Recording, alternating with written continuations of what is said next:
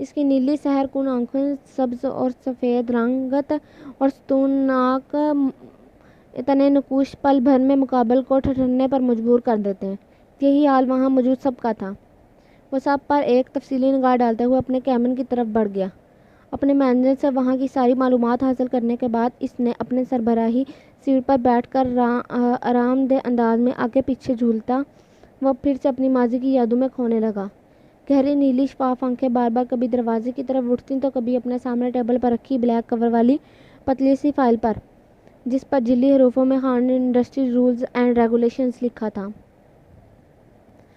15 minute گزرنے میں 5 minute سے اوپر ہو چکا تھا۔ نہ چاہتے ہوئے بھی اس کی شفاف پیشانی پر غصے سے سلوٹیں نمودار ہونے لگیں۔ کم ان تھوڑے وقفے کے بعد وہ سیدھا ہوتا ہوا بولا، لہجے میں بے پناہ سنجیدگی سی تھی۔ سر، یہ یہاں کی ساری ڈیٹیلز۔ اس نے ایک فائل اس کے سامنے رکھی۔ اس نے فائل کھول کر ایک سرسری سی نگاہ اس پر ڈالی۔ مجھے یہاں کے لیے اپنے حساب سے نئے رولز اینڈ ریگولیشن سیٹ کرنے ہیں، اسے لے جائیں یہاں سے۔ اس نے فائل اس کی طرف بڑھائی۔ عظیم نے دو ٹوک انداز میں اپنی بات کہی اور چند ثانیہ خاموش رہا۔ جی سر، اس نے مؤدب انداز میں کہا اور وہاں سے فائل اٹھا کر باہر نکل گیا۔ السلام علیکم، عظیم نے آتے ہی ان کے شانے پر اپنے دونوں ہاتھ رکھ کے ہلکا سا دباؤ ڈال کر کہا۔ ان کی عظیم کی طرف پشت تھی۔ انہوں نے مڑ کر اپنے خوبرو بیٹے کو دیکھا۔ وعلیکم السلام، کیسا گزرا یہاں پر پہلا دن؟ ٹھیک تھا مام۔ اس نے کوٹ صوفے کی ایک طرف رکھتے ہوئے شرٹ کے اوپر بٹن کھولا۔ آپ کو یہاں آ کر کیسا لگ رہا ہے؟ اتنے سالوں بعد اپنے وطن کی مٹی کو محسوس کرنا بھلا کیسے برا لگے گا؟ میری تو روح خوش ہو گئی یہاں آ کر، انہوں نے پرمسرت لہجے میں کہا۔ کھانا لگواؤں؟ نہیں ابھی نہیں، ذرا فریش ہو جاؤں پھر۔ ٹھیک، تم فریش ہو کر آ جاؤ، پھر مجھے تم سے ضروری بات کرنی ہے۔ وہ جو جانے کے لیے اٹھ رہا تھا، ان کی بات سن کر پھر سے بیٹھا۔ آپ پہلے بتائیے کہ کیا بات ہے۔ نہیں، تم فریش ہو جاؤ، پھر تفصیل سے بات کریں گے۔ پلیز مام بتائیے بھی، اس نے اصرار کیا۔ عظیم، میں چاہتی ہوں کہ اب تمہاری یہاں پاکستان میں شادی کر دوں۔ مام، آپ کو میں نے کتنی باری کہا ہے، اس ٹاپک پر بات کرنا نہیں چاہتا میں۔ پلیز کلوز دس ٹاپک مام، اس نے ماتھے پر تیوری چڑھا کر بیزاری سے کہا۔ آخر کب تک نہیں کرو گی شادی؟ ماں، میں بہت تھک گیا ہوں، صبح ملاقات ہوگی۔ اپنا کوٹ اٹھا کر وہ اپنے روم کی طرف چل دیا۔ عظیم، کھانا تو کھا لو نا۔ رہنے دے ماں، بھوک نہیں ہے۔ آسمان پر گہرے بادلوں نے بسیرا کر رکھا تھا، تیز ہوائیں چل رہی تھیں۔ وہ ٹیرس پر کھڑی وہاں موجود پنجرے میں رنگ برنگی آسٹریلین پیرٹس کے ساتھ باتوں میں مشغول تھی۔ ان کی چہچہاہٹ نے ماحول میں عجیب سا سما باندھ رکھا تھا۔ اس کے ادھ کھلے بال اور شانے پر پھیلا ہوا دوپٹہ بار ہوا میں لہرا رہے تھے۔ وہ اپنے دوست کی بائک لیے وہاں موجود کب سے اسے دیکھنے میں محو تھا۔ ارد گرد کا ہوش بلائے اسے پرندوں کے ساتھ بچکانہ حرکتیں اور میٹھی میٹھی باتوں سے لطف اندوز ہوتے مسکرا رہا تھا۔ اچانک ایک تیز ہوا کا جھونکا آیا اور اس کا ہلکا سا شانے سے ڈھلکا دوپٹہ اڑ کر دور لے گیا۔ وہ دوپٹے کو پکڑنے کے لیے دوڑی۔ سامنے ہی دوپٹہ لہراتا ہوا سڑک کی طرف گیا۔ اس سے پہلے کہ وہ دوپٹہ زمین پر گرتا، جریر نے لپک کر اسے تھام لیا۔ حرمت نے کسی اجنبی کے ہاتھ میں اپنا دوپٹہ دیکھا تو کڑے تیوروں سے اس کی جانب بڑھی۔ وہ دوپٹہ پکڑے مسلسل اسی کی جانب دیکھ رہا تھا۔ اچانک ہی حرمت کی آنکھوں میں کل والا واقعہ آیا تو شدید طیش کے عالم میں بھاگتی ہوئی ٹیرس سے اندر گئی، ایک دوسرا دوپٹہ اوڑھ کر سیڑھیوں سے نیچے آئی اور گیٹ سے باہر دیکھا تو بائک سٹارٹ کرنے میں مصروف تھا۔ وہ بار بار بائک کو کک مار رہا تھا۔ Dam it! اس کو بھی اب ہی بند ہونا تھا۔ اس نے جھنجھلا کر بائک پر زور سے ہاتھ مارا۔ وہ وہیں ہاتھ باندھے اس کی حرکات ملاحظہ فرما رہی تھی۔ چلتی ہوئی اس کے قریب آئی۔ وہ اس کے ہاتھ میں موجود اپنا دوپٹہ کھینچ کر اس کے ہاتھ سے نکالا۔ جریر نے کسیانی ہنسی ہنس کر اپنے بالوں میں ہاتھ پھیرتے ہوئے اس کی طرف دیکھنے لگا۔ حرمت نے اس کی بائک کی کیز گھمائی۔ بائک سٹارٹ ہو گئی۔ وہ ہڑبڑی میں کیز سے بائک سٹارٹ کرنا ہی بھول گیا تھا۔ او شٹ! اس نے دن دہاڑے یوں اپنی بے عزتی پر دانت پیسے۔ پلیز بات سنیے، جریر نے کہا، مگر حرمت کچھ کہے بنا خاموشی سے اندر چلی گئی، ایسے جیسے اس نے سنا ہی نہ ہو۔ او یار، کیا کروں اب میں؟ اس نے ٹھنڈی آہ بھری۔ فون پر بیل جا رہی تھی۔ فون رنگ ہو کر بند ہو گیا۔ اس نے پھر سے نمبر ملایا۔ اب کی بار 5ویں بیل پر فون کال ریسیو کر لی گئی۔ Hello, how are you? Unknown number دیکھ کر پہلے تو کال نہیں اٹھائی، مگر پھر سے دیکھ کر اس نے کال ریسیو کر لی۔ آپ کون؟ آپ کا چاہنے والا۔ کیا بکواس ہے، اس نے غصے سے کہا۔ اس سے پہلے کہ وہ کال کاٹ دیتی، پلیز کال مت کٹ کرنا، میری ایک بات سن لو، اس نے منت بھرے انداز میں کہا۔ کہیے کیا مسئلہ ہے؟ ایکچولی میں آپ سے میرا مطلب ہے کہ آپ ہیں کون؟ وہ اور مجھے تنگ کرنے کا مقصد، اور سب سے ضروری بات، آپ جو کوئی بھی ہیں، آپ کو میرا نمبر کہاں سے ملا؟ آپ کو اپنا تعارف تو کروایا تھا، پھر سے بتا دیتا ہوں، مائی نیم از جریر سلطان، اور دوسری بار ڈھونڈنے سے تو خدا بھی مل جاتا ہے، یہ تو پھر صرف آپ کا ایک نمبر ہے۔ اسے سمجھ ہی نہیں آئی کہ بات کیا کرے۔ اب آپ بتائیں گے کال کا مقصد یا میں فون رکھوں؟ مجھے آپ بہت پسند ہیں، میں آپ کو زندگی بھر کے لیے اپنی زندگی میں شامل کر کے اپنی زندگی بنانا چاہتا ہوں۔ کیا آپ میری زندگی میں شامل ہو کر مجھے زندگی بخشیں گی؟ یہ کیا زندگی لگائی ہے، مجھے ایک لفظ کی بھی سمجھ نہیں آئی۔ اس نے جھنجھلا کر کہا، میں پڑھ رہی ہوں اور اب دوبارہ مجھے کال کر کے میرا وقت برباد کیا نا تو اچھا نہیں ہوگا۔ حکومت نے کال کٹ کر کے ایک طرف فون بستر پر اچھال دیا۔ وہ اپنی کتاب پر توجہ دینے لگی، مگر دماغ میں اس کی بے تکی باتیں چل رہی تھی۔ فضول انسان، اس نے سر جھٹک کر کہا۔ ڈرائیور، گاڑی روکو۔ انہوں نے اپنے ڈرائیور کو گاڑی روکنے کے لیے تیز آواز میں کہا۔ اس نے بریک پر پاؤں رکھ کر اسے روکا، پھر تیزی سے باہر نکلا۔ چھوٹی سی بچی تھی، اسکول یونیفارم میں ملبوس، ننھی سی پری کی مانند، جس کے سائن سے خون بہہ رہا تھا اور بازو اور جسم پر خراشیاں آئی تھیں۔ وہ باہر نکل کے اسے دیکھنے لگی۔ اس بچی کے ساتھ کون ہے؟ انہوں نے ارد گرد نظر دوڑائی، مگر سب نے نفی میں سر ہلایا، مطلب وہ اکیلی تھی۔ ڈرائیور، اس کو فوراً کسی ہسپتال یا قریبی کلینک میں لے چلو، اسے ٹریٹمنٹ کی ضرورت ہے، پھر دیکھتے ہیں آگے کیا کرنا ہے۔ انہوں نے جذبہ ہمدردی کے تحت اسے حکم دیا۔ جی میڈم، اس نے مودبانہ انداز میں کہا اور بچی کو اٹھا کر گاڑی میں لٹایا اور گاڑی کا رخ ہسپتال کی طرف کر لیا۔ تپتی ہوئی دوپہر دھوپ میں وہ ماتھے پر آیا پسینے کی بوندوں کو پوچھتی ہوئی بس اسٹینڈ کے بیچ میں بینچ پر بیٹھی تھی۔ اس کا وجود بری طرح سے کانپ رہا تھا۔ دل کی دھڑکنیں اتنی تیز تھیں کہ دل کو ایک جھٹکا سا لگا، وہ زمین پر گر جاتی۔ آج اسے ایک ماہ سے زیادہ ہو گیا تھا۔ وہ جگہ جگہ جاب کی تلاش میں سڑکوں کی دھول چاٹ رہی تھی، مگر سب بے سود تھا۔ لیکن آج کے واقعے نے تو اس کی ذات تک چھلنی کر کے رکھ دی تھی۔ اسے اپنے وجود کو ڈھیلا چھوڑ کر بینچ کی پشت سے ٹیک لگا لی اور سرد آہ بھرے آنکھیں مینج گئی۔ ایک پرائیویٹ اسکول میں انٹرویو کے لیے گئی تھی، جہاں پر پرکشش سیلری پیکیج تھا۔ انٹرویو میں اس کے ڈاکومنٹ دیکھنے سے پہلے اس شخص نے آنکھوں میں شیطانیت دیکھ کر وہ کچھ کہے بنا ہی واپس نکل آئی تھی۔ وہاں سے گھبراہٹ میں ایسا بھاگی تھی کہ پیچھے تک مڑ کر نہیں دیکھا۔ لیکن اب اس کی ٹانگیں جواب دے گئی تھیں تو وہ بینچ پر ڈھیسی گئی تھی۔ بے بسی کے عالم میں آنکھوں سے آنسو نکل کر اس کے گالوں پر بہنے لگے۔ اے میرے پروردگار، مجھے اس آزمائش میں کامیاب ہونے کے لیے استقامت عطا کر۔ حرمت نے آنکھیں کھولیں، نظریں آسمان کی جانب کی، پر تپتے سورج کی روشنی کی زیادہ دیر تاب نہ لا سکی اور وہ سر جھکا گئی، جس کا حجاب بھی پسینے اور آنسو سے پوری طرح بھیگ چکا تھا۔ اسے پیسوں کی ضرور تھی، مگر اپنی عزت کا سودا قطعاً گنوانا نہ تھا، اور وہ اس شخص کی نیت اچھے سے بھانپ گئی تھی۔ وقت اور حالات نے اسے کہاں لا پٹکا تھا۔ صحیح کہتے ہیں، وقت کبھی ایک سا نہیں رہتا۔